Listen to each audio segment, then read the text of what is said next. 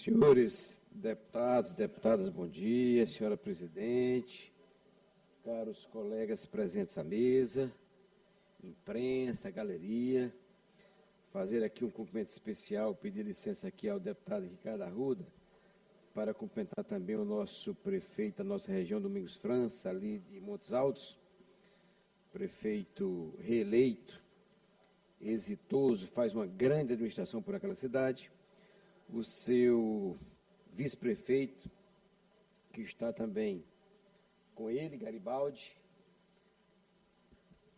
um jovem promissor na política do Maranhão, na política da região tocantina também. Garibaldi, com certeza, em momento posterior, estará também à disposição do povo de Montes Altos ali para cargos maiores. Aristides, vereador, em nome dele, cumprimento todos os vereadores aqui de Montes Altos que estejam presentes. Vereadores de Açailândia, o pastor Willer, doutora Jackson, vereador de Açailândia, o Fânio Mania, vereador de Açailândia, meus cumprimentos, que estão aqui também na casa nos visitando, a Thaís Brito, a Cláudia Melo. Sintam-se aqui acolhidos por todos nós, colegas deputados, colegas parlamentares de vocês. Senhora presidente, eu fui citado aqui pelo nosso querido amigo, grande deputado Rodrigo Lago, em relação a algumas questões de Imperatriz. E eu ia fazer o grande expediente, mas cheguei do voo, vim direto para cá, achei melhor deixar para amanhã, troquei aí com o Hélio do Curso, para falar exatamente sobre as entregas do governo e da experiência que eu tenho vivido aí nesses últimos dias dos municípios que visito. Em relação à viagem do governador, senhora presidente, eu acho que foi uma viagem extremamente importante e essencial, porque essencial, cada qual elenca o que é essencial para a sua vida, para as suas ações, e no caso do governador Carlos Brandão, para a sua gestão, o que é essencial. Se você perguntar, talvez, para um pecuarista que tende a vender o seu rebanho bovino, sua produção animal, no mercado interno e no mercado externo, se é essencial o Maranhão ser um estado livre da aftosa sem vacinação, que o Brasil seja considerado um país livre da aftosa sem vacinação, ele vai dizer que é muito, porque realmente, se não fosse tarifácio, realmente nós estaríamos hoje, inclusive, nadando nessa questão de exportação de carne bovina, que ainda estamos, e se Deus quiser vamos recuperar, se não fizermos algumas besteiras, que espero que não façamos aí pela frente. Então, o governador, quando foi nessa viagem internacional, ele, no meu ponto de vista, cumpriu os trâmites legais, fez reuniões oficiais, inclusive com a presença da autoridade do Brasil e do mundo, coisas claras e abertas que se pode comprovar, essas reuniões todas. Os custos alegados aqui pela oposição, eu acredito que não estejam corretos, mas não posso dizê-lo, porque é preciso confirmar. Mas quando você vê, deputado Neto Evangelista, deputado Rodrigo Lago, outros estados, você vai ver a Bahia, por exemplo, uma viagem de 500 e poucos mil reais, outra 600 e poucos outros estados. Então, os custos de uma viagem internacional, onde você não vai só, e o protocolo exige, você precisa levar alguns assessores, ele é realmente um custo elevado. Mas nada que não compense o que você pode trazer de lá. Como, por exemplo, o nosso governador Carlos Brandão. O nosso governador Carlos Brandão teve não só a ação, por exemplo, essa questão que eu acabei de falar, mas reuniu com grupos de empresas internacionais, empresas de óleo, por exemplo, que pensa em trazê-los para a zona de processamento, exportação e produção de Bacabeira, da ZPE. Ele fez essa reunião lá buscando investimentos para o Maranhão, porque quando você traz desenvolvimento econômico, sobra recurso, porque você arrecada tributos, sobra recurso para você investir na saúde, no social, na educação, etc., na infraestrutura.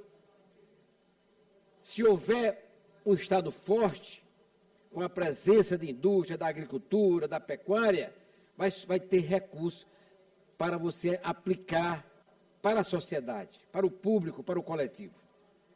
Então, lá se recebeu o certificado da zona livre da aftosa, sem vacinação, que eu acho que, principalmente para o governador Brandão, é muito importante, mas muito mais importante para os pecuaristas produtores do Maranhão. Por que é importante para ele? Porque ele que iniciou lá atrás, em 2003, esse trabalho em relação ao combate à aftosa no estado do Maranhão, enquanto Zé Reinaldo era governador do estado. Reuniu-se também com os conselheiros da Associação Brasileira das Indústrias Exportadoras de Carnes, a ABIEC, lá internacionalmente, lá nessa viagem internacional. Foi a Unesco, eu acho importantíssimo para o Maranhão, acertar a entrega do título que Barreirinhas recebeu, os Lençóis Maranhenses, não foi Barreirinha, os Lençóis Maranhenses receberam, de patrimônio natural da humanidade. Foi acertar essa entrega no Maranhão, porque eles queriam entregar lá. Deputado Antônio, eu queria uma parte. Um minuto, por favor. A questão também do patrimônio material, aqui também, em São Luís, que foi entregue aqui, em relação, me parece, do Complexo Cultural Bumba Meu Boi, que foi entregue também a semana passada aqui em São Luís. Participou do Fórum Brasil-França, um fórum internacional, onde muitas autoridades internacionais estavam lá presentes, e pode ser confirmado. Fez uma visita a uma empresa chamada Stegra, que é referência no mundo em tecnologia, com plantas integradas de hidrogênio verde e aço de baixas emissões de carbono, para pleitear a construção dessa planta industrial verde no nosso estado do Maranhão, trazendo riqueza para esse estado, para que os nossos irmãos brasileiros não digam mais que nós somos o estado mais pobre da federação. Então, o governador nada mais fez do que buscar recursos e benefícios para o estado do Maranhão, para crescer. Por isso que eu digo, não é um governador de apenas uma geração, é um governador de muitas gerações, porque ele está trazendo, e eu repito aqui, por exemplo, a Impasa em Balsas, estive ontem em Balsas, revi a Impasa, uma grande indústria, uma grande planta que foi colocada no Maranhão. O dedo, a mão e o braço do governador Brandão ali, a ação não vinha para o Maranhão, e veio para o Maranhão pela ação integral do governador Carlos Brandão. Assim como ele está trazendo, e vai ser inaugurado já neste mês que vem, ali em Imperatriz, em Davinópolis, o Porto Seco. E ao redor do Porto Seco, mais de 10 empresas estão se implantando, inclusive empresas enormes, grandes, ao redor do Porto Seco. Isso é um governador que busca investimentos, que quer o desenvolvimento do estado do Maranhão. A ZPE aqui, trabalhando junto a Suzano, para que se aumente, até duplique a planta de Imperatriz. E aí talvez, presidente Iracema, a Suzano seja responsável pelo aumento, inclusive, do preço dos aluguéis de Imperatriz. Aqui tem pessoas da região, como, por exemplo, o prefeito Domingos França, o vice-prefeito Garibaldi, que estão aqui, que sabem o preço dos aluguéis de Imperatriz. Eu conheço aquela casa há 40 anos, a casa que foi alugada pelo governo do estado. Eu nunca vi falar que aquela casa era uma mansão, e eu moro lá, Imperatriz. quando a pessoa fez, era da classe média média. Hoje, talvez, ele seja da classe média alta. É uma casa, não é uma mansão. Pelo menos, no que me diz respeito às mansões que eu conheço, que eu já vi em São Paulo, Rio de Janeiro, nem sei se Imperatriz tem alguma casa que se possa dizer que é uma mansão. Lá foi alugada para ser residência do governador, por R$21 mil, e que essa conta por ano não fecha, porque 21 vezes 12 vai dar o quê? R$254 mil ano, não 700 e pouco, como foi colocado pelo Rodrigo, talvez ele tenha colocado 3 anos, é isso, Rodrigo? Pois não, Rodrigo? Vossa Excelência colocou 3 anos, não é isso? Deputado Antônio, foi exatamente um contrato de locação de 3 anos. 3 anos, então está muito bem. Se Vossa Excelência me concedeu a parte. Deputado Antônio Pereira, dizer que Imperatriz não tem nenhuma mansão, eu acho que é desdenhar da pujança da cidade de Imperatriz na região tocantina. Eu acho que, ao contrário do que Vossa Excelência entende, a Imperatriz é uma cidade realmente desenvolvida, é uma cidade que tem um PIB elevado, tem muitas pessoas que são empresários, é uma cidade que movimenta toda a região tocantina e tem várias mansões, inclusive que é alugada pelo governo. Até porque, se não for, o desvio de recurso público está enorme. Para Vossa Excelência ter uma ideia, a locação mensal dessa casa em Imperatriz custa aos cofres públicos R$21 mil. Mas a mansão que está alugada aí em Brasília é só R$15 mil. Não me parece que seja uma casa humilde, como Vossa Excelência defende, como defendeu ainda há pouco o deputado doutor Iglesias. Foram R$700 mil só de reforma. Botaram a casa abaixo, fizeram outra casa de luxo em Imperatriz. E dizer que não é uma mansão de luxo, me parece que é desconhecer um pouco a realidade do povo do Maranhão. Muito obrigado, deputado.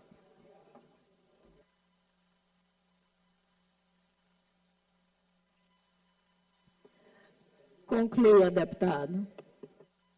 Deputado Rodrigo, eu, sinceramente, eu não conheço nenhuma mansão Imperatriz, mas talvez, no meu ponto de vista, é uma casa boa, bem localizada, uma casa que precisava realmente reformar, porque o protocolo e a cerimônia de um governador que ele quer para residência, e não só para residência, mas também para escritório de atendimento do povo de Imperatriz também ali, né? Eu acho que tinha que ser nesse nível, uma casa boa. Tem casas melhores, várias casas melhores do que aquela casa em Imperatriz, que também eu não considero mansão, essas outras casas que são melhores, mas isso é uma questão de ponto de vista de opinião, eu respeito a opinião e peço que Vossa Excelência respeite a minha opinião. Agora, o povo de Imperatriz está muito feliz e satisfeito com o governador ter uma residência fixa ali, uma residência em Imperatriz. Porque eles realmente construem identidade com o povo de Imperatriz. Assim como outros governadores também construíram. Só que a do Carlos Brandão é uma identidade muito forte. Eu, em toda a minha vida política que estou, eu não tinha visto ainda uma pessoa, um governador, e acompanhei muitos, e o governador Flávio Dino tinha uma ligação forte com a Imperatriz, mas eu não vi nenhum governador cair nas graças do povo de Imperatriz, como o governador Carlos Brandão. Talvez sabe por quê? Por exemplo, há poucos dias houve lá caiu um bueiro, uma avenida lá, importante de ligação com os bairros ali, com o centro da cidade, e ele imediatamente mandou ver e já estão consertando, estão tomando providências. A entrega, que nós estamos falando aqui sobre, que eu quero falar amanhã, sobre as entregas, municípios pequenos na minha região, na região tocantina, que eu nunca tinha visto 8, 10 obras iniciadas pelo governo do Estado, asfalto caindo em todas as cidades daquela região, a cidade que menos está recebe 5 quilômetros de asfalto. Então, assim, realmente o governo é um governo grande, que está fazendo no Maranhão inteiro um grande governo, um governo municipalista, sim. E nós precisamos entender que essas coisas preciso acontecer. Porque aqui, muito bem, aqui a oposição diz, olha, o recurso do Maranhão está crescendo e vai crescer mais, para que nós possamos fazer mais ainda. O Brandão é um grande governador, tem feito um grande trabalho, o povo de Imperatriz reconhece, está aqui um prefeito que está aqui na galeria, está aqui conosco, que reconhece, o município dele está sendo muito bem atendido, como todos os municípios da região tocantina, e vejo que praticamente todos os municípios do Maranhão. Claro que tem problemas, são muitos os problemas do Estado do Maranhão, e nós dessa casa temos que estar prontos para ajudar o governador Carlos Brandão a resolver esses problemas. Muito obrigado, senhora presidente. Eu queria ceder a parte ali à deputada Helena, se a senhora permitir. Ela permitiu, que ela não disse nada, Helena. Tem que botar o dedinho aí, Helena. Tem um buraquinho aí. Tem um microfonezinho aí que tem que... Deputado, obrigado pela parte, mas eu queria lembrar que todo mundo está esquecendo um fato importante que foi nessa viagem do nosso governador. Ele também se reuniu lá com a Frente Parlamentar Católica Federal, e nós sabemos ontem nós tivemos aqui a oportunidade, por permissão de todos os nobres colegas deputados, registramos inclusive a disponibilidade da nossa presidente, uma sessão solene para se falar sobre um momento importante da Igreja Católica, que é a pastoral familiar, que durante esse mês, 10 a 16 de agosto, nós em todas as paróquias estamos falando das famílias. E uma das coisas que se tem falado muito é a falência das famílias.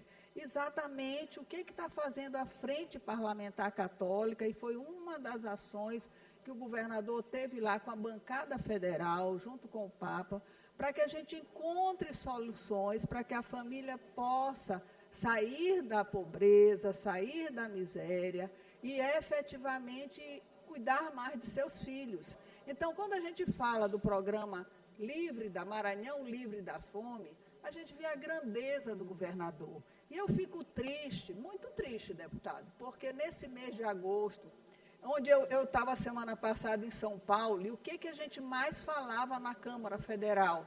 Era exatamente sobre essas distorções que existem hoje com as crianças usando muito a tela, e é isso que a bancada federal está lá se preocupando. Então, nós temos que estar aqui nos preocupando com o futuro das crianças, com as nossas responsabilidades como representantes do povo maranhense.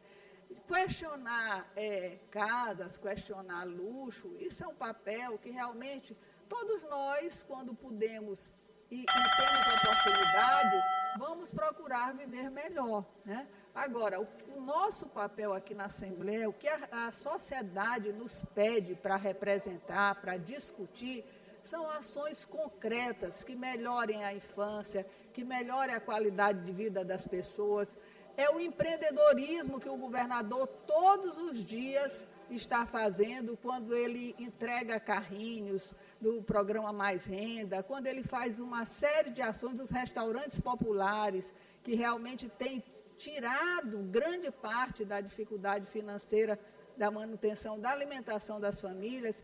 Então, falar que o governador não está trabalhando, e trabalhando principalmente para os menos favorecidos, é realmente muito injusto. Eu fico triste, acho que essa é a pauta que a gente tem aqui que crescer com esses eventos, e lhe parabenizo por estar colocando ações tão importantes, mas lhe falando que essa viagem, o ponto mais alto para mim foi realmente o momento que ele teve no Vaticano, discutindo com a Frente Parlamentar Federal Católica para que a gente resolva esses problemas tão sérios do nosso Estado.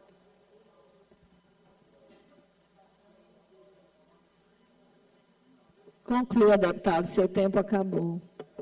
Só incorporo o pronunciamento a parte de Vossa Excelência, deputada Helena, e a parte do deputado Rodrigo Lago ao nosso pronunciamento, e digo se não tinha conhecimento dessa pauta, deputada Helena do Ailibe, mas se nada valesse, só por essa pauta já teria sido suficiente a viagem do governador.